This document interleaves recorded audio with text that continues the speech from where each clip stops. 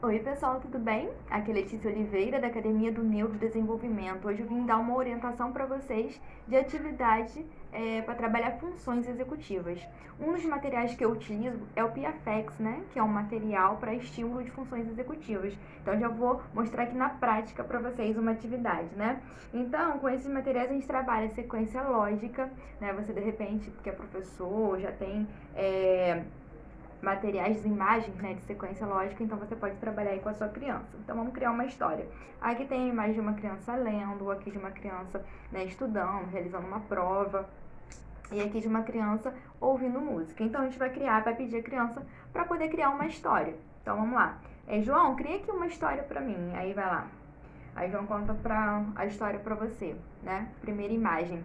Ah, era uma vez, né, um menino chamado Pedro que estudou muito para sua prova de português. Chegou o dia da prova, ele fez tranquilamente, ele foi bem na prova, tirou nota boa.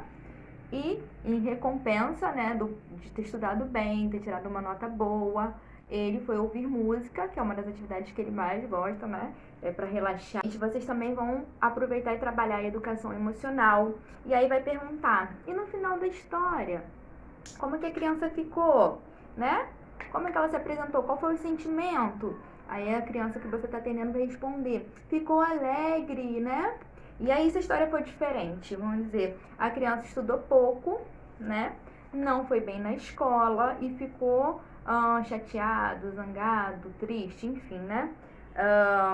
Não conseguiu ter um bom êxito na prova. E aí você vai perguntar a mesma coisa, né? E no final da história, como é que essa criança ficou? Aí a criança vai mostrar zangado, ficou triste, né? Vamos lá, aqui ó. Aí você vai trabalhar com essa educação emocional, né? Fazendo essa criança criar um novo final para a história, se colocar no lugar da história, e se fosse você, o que você faria, né?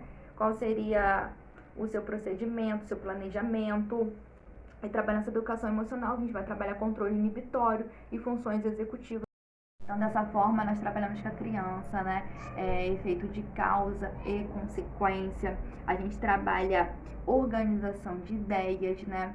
Inferências. Mas e se essa criança tiver, né, uma baixa na memória de trabalho? Um exemplo, você contou a história e pede para que essa criança reconte e depois dê um novo final para essa história.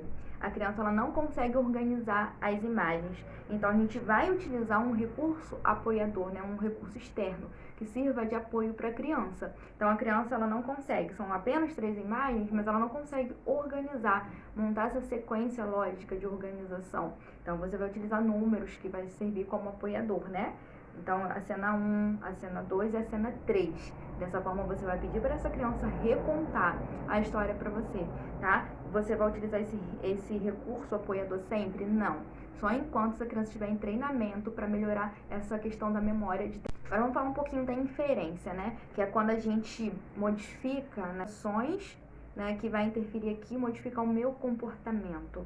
Né? Se a criança não estudou, não foi bem na prova, né, e aí por isso não conseguiu ir pro parquinho passear, né, então ficou triste por causa disso. O que seria necessário fazer? Então você pode dar um cartão né, em branco para a criança fazer esse novo final da história, por exemplo, né? E aí a criança vai recontar, vai desenhar, criar esse novo final fazendo essa inferência, né? Com esse cartãozinho aí, né, em branco, esse cartão livre para ela poder criar esse final, né? Então, dessa forma, qual comportamento aí que vai ser aprendido, né? Um comportamento de autonomia, disciplina, né? Para poder estudar, de rotina, para poder conseguir sim uma recompensa legal, ir no parquinho, né, ir no cinema, no teatro, enfim, aquilo que a criança queria. E dessa forma a gente vai trabalhando, como eu falei lá no início, funções executivas e o controle inibitório, né? Lembrando que o comportamento é algo aprendido. Então, o comportamento modifica a partir do momento que há um treinamento. E dessa forma também a gente vai trabalhando, né, essa questão da memória de trabalho. Bom, espero que vocês tenham gostado dessa atividade. Deixa aqui nos comentários a opinião de vocês. Um abraço.